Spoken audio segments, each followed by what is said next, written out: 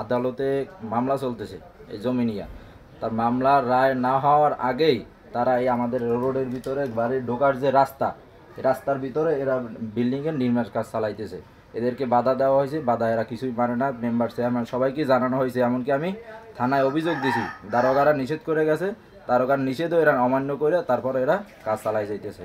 দেখেন স্যার, এই পিছনে আমার এইখানে বাড়ির রোড, এইটা এখানে আমি যেখানে দাঁড়াই আছি এখানে আমার বাড়ি আসা যাওয়ার রাস্তা। তো এরা এই রাস্তা মানে পিছনে জমিন থাকাকালীনও তারা এই সামনের আমাদের রোড বন্ধ করে তারপর বিল্ডিং তুলতেছে।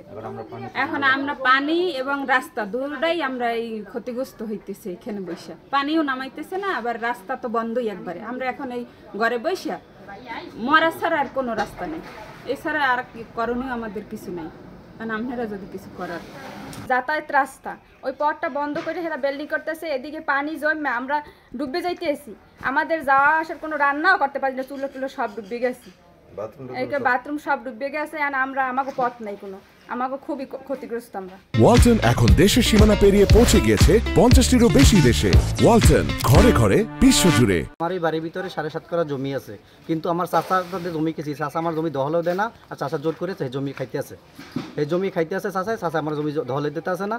এখন আমার বাড়ি করে করতে হয়, কিন্তু আমার ওই সাইডে আমার হালট, এই সাইডে আমার সম্পত্তি। আচ্ছা, তাদের অভিযোগ যে তাদের যে ঘরের চালা, সেই চালার মধ্যে দিয়ে আপনারা পিলার নির্মাণ করতেছেন এবং বাড়ির আসা যাওয়ার যে একমাত্র রাস্তা সেটি আপনারা দখল করতেছেন, এটা তাদের অভিযোগ। এটা তাদের অভিযোগ, কিন্তু আমাদের মাঝখান দিয়ে প্রশাসন আসছে, প্রশাসন আইসা বলছে যে তুমি 6 ইঞ্চি ছাড়বা, তারা 6 ইঞ্চি ছাড়বে।